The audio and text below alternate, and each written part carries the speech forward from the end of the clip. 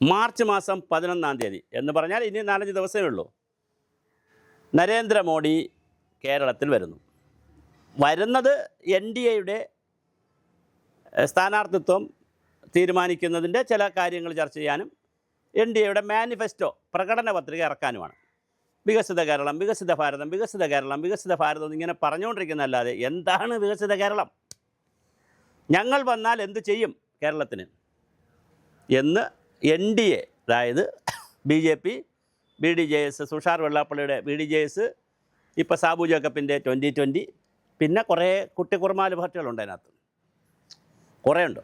ഇവരെല്ലാം കൂടി എറണാകുളത്ത് മറൈൻ ഡ്രൈവിലോ മറ്റോ കൂടി, അതോ സ്റ്റേഡിയത്തിലാണെന്നറിയത്തില്ല, കൂടിയിട്ട് അവിടെ വെച്ച് പ്രഖ്യാപിക്കും, പ്രധാനമന്ത്രി മാനിഫെസ്റ്റോ പ്രഖ്യാപിക്കും. അപ്പോൾ അത് അറിയാൻ പറ്റും. ആൾമോസ്റ്റ് സ്ഥാനാർത്ഥിയുടെ ലിസ്റ്റും ആൾമോസ്റ്റ് അംഗീകരിച്ച് പോകും. ലിസ്റ്റ് പ്രഖ്യാപിച്ചില്ലെങ്കിൽ ഇനി ആരെങ്കിലുമൊക്കെ പ്രഖ്യാപിക്കുമെന്ന് നമുക്കറിയത്തില്ല.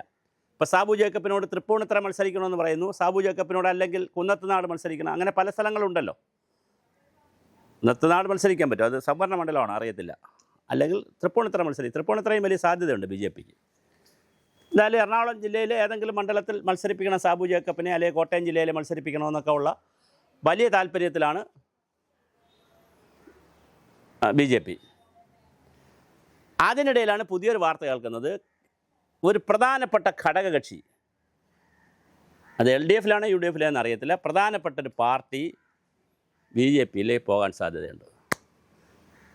ഇത് ഞങ്ങളുടെ ഇൻ്റലിജൻസ് റിപ്പോർട്ടാണ്.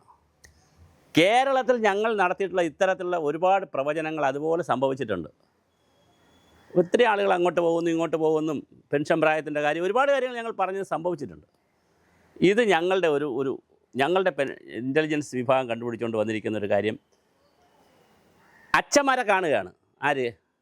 മോഡി വന്നിട്ട് സീറോ മലബാർ സഭയെ ആൾറെഡി കണ്ടു കഴിഞ്ഞു, ഓർത്തഡോക്സ് സഭയും കാണുന്നുണ്ട്. ഡൽഹിയിൽ പോയി 2 അച്ഛന്മാർ കണ്ടിരുന്നു. ഇനി കിരൺ റിജു വന്നിട്ട് 3-4 അച്ഛന്മാർ ഇവിടെ കണ്ടു. അച്ഛന്മാരെ കണ്ട കൂട്ടത്തിൽ അവരെല്ലാം പറഞ്ഞിരിക്കുന്നൊരു ഓഫർ എന്താണെന്നറിയാവോ? ജോസ് കെ മാണിയെ ഇങ്ങോട്ട് കൊണ്ടുവന്നാൽ കേന്ദ്ര മന്ത്രിസ്ഥാനം ഉറപ്പ്. അങ്ങനെ അതാണ് ശരിക്കും ഈ റോഷി അഗസ്റ്റിനുമായിട്ടുള്ള അടിയുടെ ഒരു കാര്യം. റോഷി അഗസ്റ്റിൻ പറയുന്നുണ്ടോ ഞാൻ തുല്യനാണെന്ന് പറഞ്ഞാൽ അടുത്ത റോഷി അഗസ്റ്റിൻ്റെ നേതൃത്വത്തിൽ പിളർന്നിട്ട് റോഷി അഗസ്റ്റിൻ്റെ പാർട്ടിയും ആൻ്റണി രാജുവിൻ്റെ തളർന്നു നിൽക്കുന്ന പാർട്ടിയെയും സ്കറിയ തോമസ് എന്ന് പറഞ്ഞ LDFിലൊരു വിഭാഗമുണ്ട്, അതിനെയും കൂടി ഒന്നിപ്പിച്ചുകൊണ്ടുള്ള ഒരു റോഷി അഗസ്റ്റിൻ ലീഡറായിട്ടുള്ള ഒരു LDF പാർട്ടിയായിട്ട് കേരള കോൺഗ്രസിനെ മാറ്റും, CPMൻ്റെ ആശീർവാദത്തോടു കൂടി. ഇപ്പുറത്ത് ജോസ് കെ മാണിയെ രാജ്യസഭയിൽ വീണ്ടും കൊണ്ടുപോയി കേന്ദ്രമന്ത്രി, കാരണം തോറ്റുപോകും, പാലായിൽ നിന്നാലും BJP ആയിട്ട് നിന്നാലും ജയിക്കുമോ അറിയത്തില്ല, അല്ലെങ്കിൽ ഷോൺ ജോർജ് അവിടെ മത്സരിക്കുകയാണ്. അപ്പോൾ അതുകൊണ്ട് വേണ്ട, ഇനി ജോസ് കെ മാണി മത്സരിക്കേണ്ട, അദ്ദേഹത്തെ രാജ്യസഭയിലോട്ട് കൊണ്ടുപോയി കേന്ദ്രമന്ത്രിയാക്കും.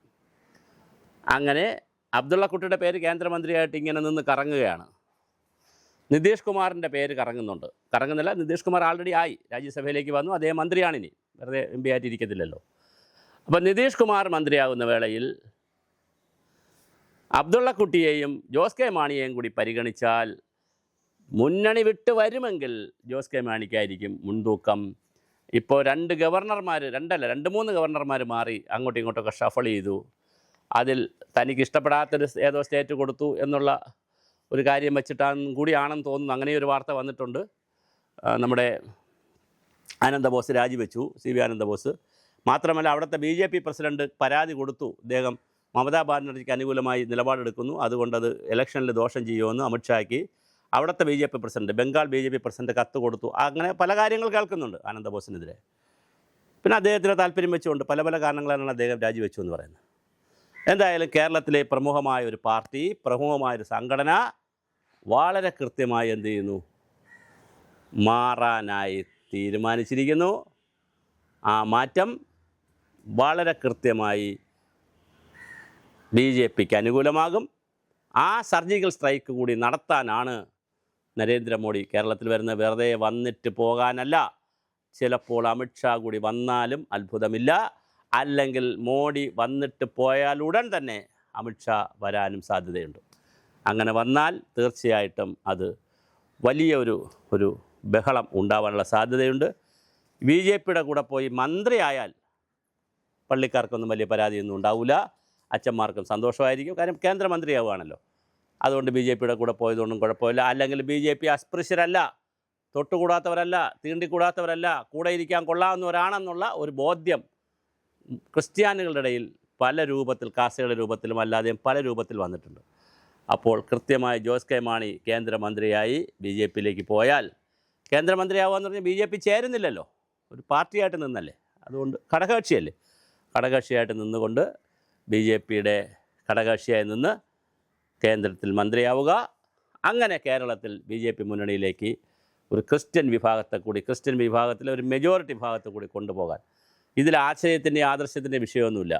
കെ എം മാണി സാറിനെ തറയിലെടുത്തടിച്ച, അല്ലെങ്കിൽ ആ ബഡ്ജറ്റ് അവതരിപ്പിക്കാൻ സമ്മതിക്കാത്ത അസംബ്ലിയിൽ ശിവൻകുട്ടി അടക്കം മുണ്ടും മടക്കി കുത്തി സ്പീക്കറുടെ ഡയസിൽ കയറി സ്പീക്കറെ എടുത്ത് തറയടിച്ച്, ഇ പി ജയരാജനൊക്കെ സ്പീക്കറുടെ കസേര എടുത്ത് റോഡിലടിച്ച് വേണ്ട ബഹളം ഉണ്ടാക്കിയ ആ മാണി സാറിനെ തുറക്കാൻ സമ്മതിക്കാത്ത, മാണി സാറിൻ്റെ ബഡ്ജറ്റ് അവതരിപ്പിക്കാൻ സമ്മതിക്കാത്ത കോഴമാണി എന്ന് പറഞ്ഞ മാണി സാർ മരിച്ചപ്പോൾ പുട്ട് പോലെയല്ലേ, അല്ലെങ്കിൽ പുട്ട് അവിക്കും പോലെയല്ലേ, വളരെ വേഗത്തിലല്ലേ ജോസ് കെ മാണി ഇടതുപക്ഷത്തിൽ ചേർന്നത്. അതുകൊണ്ട് രാഷ്ട്രീയത്തിൽ അങ്ങനെയൊന്നുമില്ല, അസ്പൃശ്യതയും തൊട്ടുകൂടായ്മയൊന്നുമില്ല. തീർച്ചയായിട്ടും ഇന്ത്യയിലെ വളരെ പ്രമുഖരായ ക്രിസ്ത്യൻ മേലധ്യക്ഷന്മാർ, നേതാക്കൾ ഇതിന് ചരട് വലിക്കുന്നുണ്ട്. അത് ഡൽഹിയിൽ നിന്നും വലിച്ചു തുടങ്ങി. 11-ാം തീയതി ചരട് മുറുകാൻ സാധ്യതയുണ്ട്. ജോസ് കെ മാണി ബി ജെ പിയിലേക്ക് പോകാൻ സാധ്യത വളരെ വലുതാണ്. ഇനിയും ഒരുപാട് പേരുടെ ഉറക്കം കെടാനുള്ള സാധ്യത വളരെ വലുതാണ്.